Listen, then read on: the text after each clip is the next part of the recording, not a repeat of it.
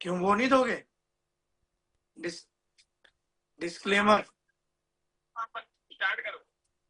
Disclaimer کو بعد میں ایڈٹ کرو گے؟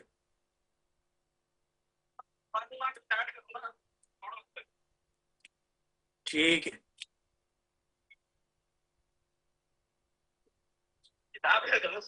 بہن چو کتاب نہیں رکھ رہا.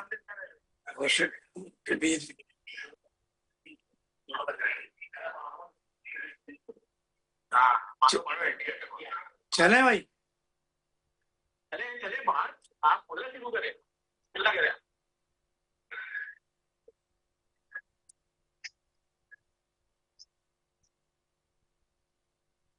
جشن آزادی مبارک. آج میں صرف یہ نہیں کہوں گا، آج یہ کھلا سچ بغیر کسی انٹرو کے، بغیر کسی روایتی گفتگو کے ہوگا. ہمارا آج کا پروگرام ان تمام سالوں سال سے چلنے والے پروگرام یا دیگر میڈیا چینلز پر آپ دیکھ رہے ہوں گے ان سے بالکل منفرد ہوگا. آج آپ کو میں بتاؤں گا 1947 سے لے کر 2026 تک کے پاکستان کے سفر کی بات. بالکل نہیں. آج میں بتاؤں گا کہ پاکستان کی بنیاد کب رکھی گئی، کیسے رکھی گئی، کیا ہوا کیا نہیں ہوا. پاکستان بننے سے پہلے ایک قوم کیسے جاگی، پاکستان بننے سے پہلے یہ اذان نے پاکستان کس نے دی. آج میں آپ کو بتاؤں گا پاکستان کی کہانی ڈاکٹر فہیم کی زبانی. آج میں وہ خلاصہ لاؤں گا جو آپ کو روایتی چینلز پر نہیں ملیں گے، روایتی پروگرامز میں نہیں ملیں گے. ایک اس اذان کا ذکر کروں گا جس کی آواز نہایت مدھم تھی، مگر مسلمانوں نے، جان دینے والوں نے، قربانیاں دینے والوں نے اس اذان پہ کیسے لبیک کہا.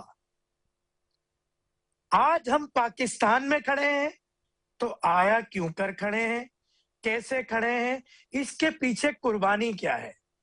میں آج پھر روایتی مہمانوں کو لے کر پاکستان کی تعریفیں کروا لوں؟ نہیں. آج 14 اگست والے دن میں پوری قوم کو، پورے دنیا کے مسلمانوں و پاکستانیوں کو بتانا چاہتا ہوں کہ یہ ملک عزیز کس طرح وجود میں آیا. اس کی کہانی شروع ہوتی ہے 14 اگست سے، نہیں شروع ہوتی 14 اگست سے. کیوں؟ کیونکہ یہ کہانی ہے بہت پرانی. یہ کہانی شروع ہوتی ہے 1857 سے، جب مسلمان، ہندوستان کے مسلمان ایک مشکل دور سے گزر رہے تھے، جب دنیا بھر کے مسلمان مشکل دور سے گزر رہے تھے. 1857 کے واقعات کے بعد بر صغیر کا سیاسی نقشہ بدل چکا تھا. مغل اقتدار کا آخری باب بند ہو گیا، برطانوی راج مضبوط ہو گیا. ان 1857 کی یہ جد و جہد صرف قیام پاکستان کی وجہ نہیں بنی، بلکہ جس طرح گزشتہ دنوں آپ نے دیکھا یہ پاکستان ترکی سعودیہ معاہدے یا گزشتہ دنوں ہونے والی ایک عالمی جنگ میں پاکستان کا کردار، اسی طرح بر صغیر کے مسلمانوں نے برطانوی راج کے خلاف کھڑے ہونے کا فیصلہ کیا جب مغل دور کا باب بند ہو گیا. اور بر صغیر کے مسلمان ایک شدید سیاسی، معاشی اور تعلیمی بحران کے دور میں داخل ہو گئے تھے. وہ قوم جو کبھی اقتدار کا مرکز تھی، آج غلامی کا توق گلے میں باندھے ڈھونڈ رہے تھے اپنی آزادی کو، اپنے اس دور کو. اب نئے نظام میں اپنے مستقبل کے بارے میں پریشان تھے، تعلیم میں پیچھے ہوتے جا رہے تھے، صرف مسلم مدارس میں ہی داخلہ ممکن رہا، اسکولز، کالج، یونیورسٹیز، تعلیمی میدان میں مسلمانوں کو پیچھے دھکیل دیا گیا۔ برطانوی ہندوانی گدجوڑ نے برصغیر کے مسلمانوں کو نہ صرف پستی کا شکار کیا بلکہ پوری دنیا کے مسلمان اس سے افیکٹ ہونے لگے۔ نئے حکومتی ڈھانچے کمزور ہو گئے، مسلمانوں کے سیاسی قوت بکھری ہوئی تھی اور سامنے تھی ایک بالکل نئی دنیا، سامراجی نظام، برطانوی نظام۔ یہ وہ وقت تھا جب شاید بہت سے لوگوں کو لگتا تھا کہ اب ہم دوبارہ نہیں اٹھ پائیں گے، مگر یہ یاد رکھیں جب بھی ظلم ہوتا ہے اور ظلم بڑھتا ہے تو پھر مٹ جانے کے لیے ہوتا ہے۔ جب وہ دن نہیں رہے، سنا ہوگا نا، تو یہ دن بھی نہیں رہیں گے۔ اور تاریخ میں بعض اوقات ایک قوم کو پہلے کوئی سیاستدان نہیں، ایک استاد جگاتا ہے۔ سر سید احمد خان کا نام اگر میں نہ لوں تو زیادتی ہوگی، کیونکہ میں بیان کر رہا ہوں کھلا سچ۔ ایسے وقت میں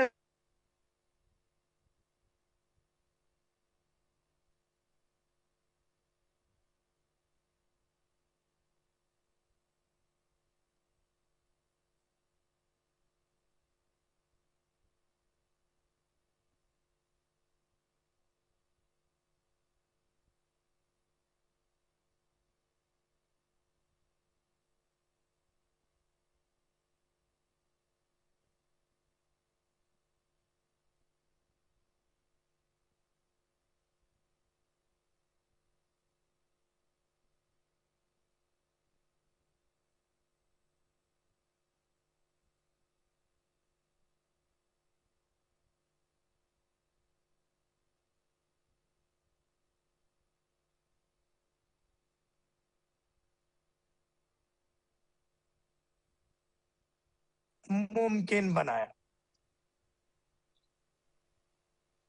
سر سید احمد خان ایک وہ قیادت، ایک وہ شخصیت جنہوں نے تعلیم کی اہمیت کا بتایا، جنہوں نے بتایا کہ کس طرح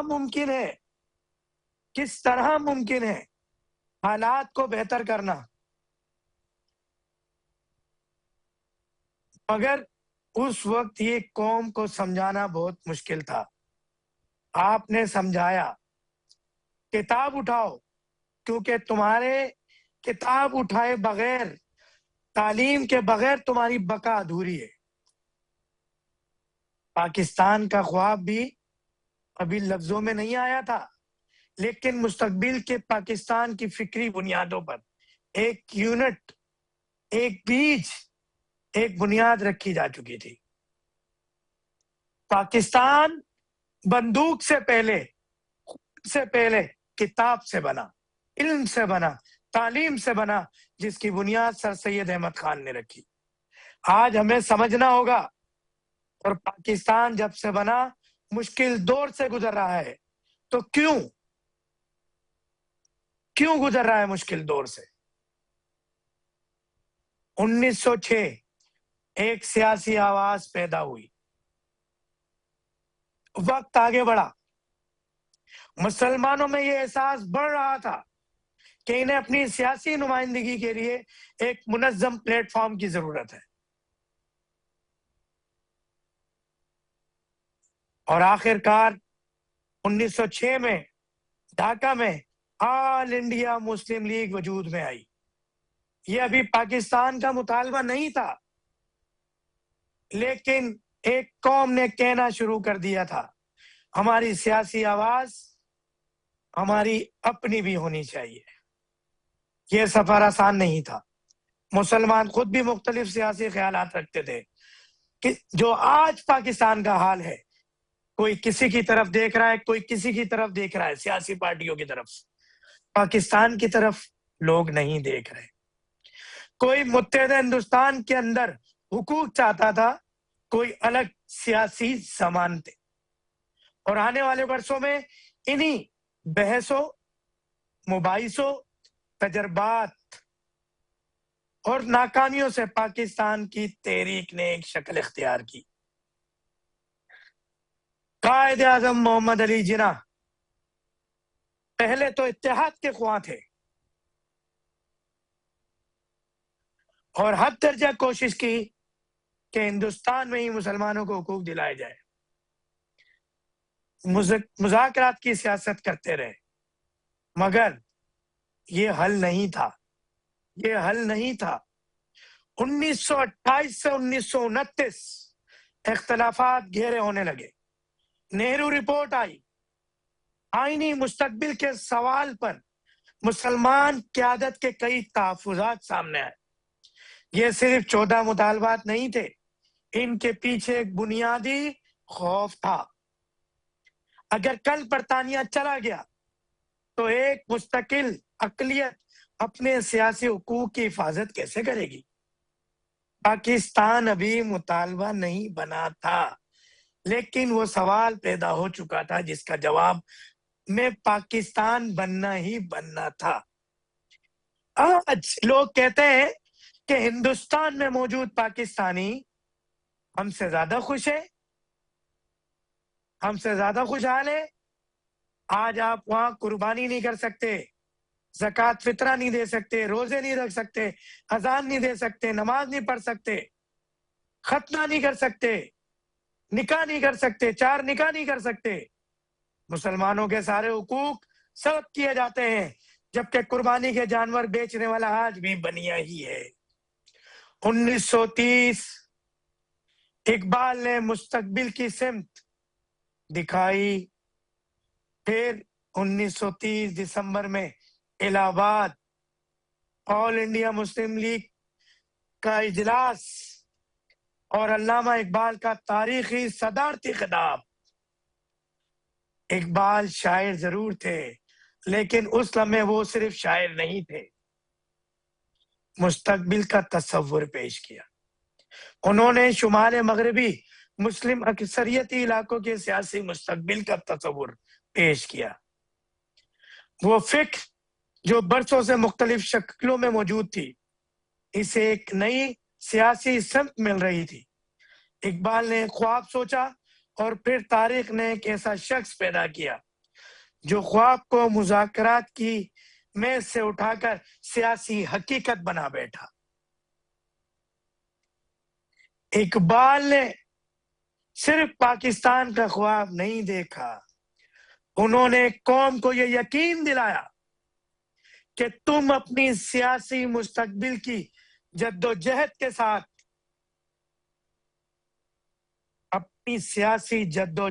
ساتھ اپنی آزاد ریاست کا خواب دیکھ سکتے ہو اور اس خواب کو جدوجہد سے حقیقت میں بدل سکتے ہو۔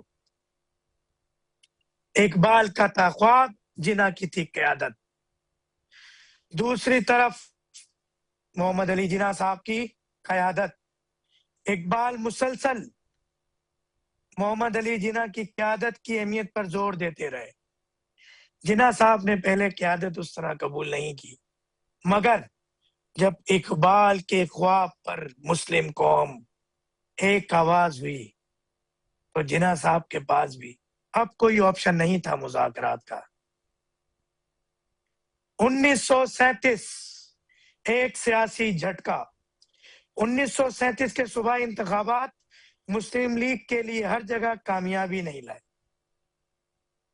یہ ایک بڑا سیاسی سبق تھا۔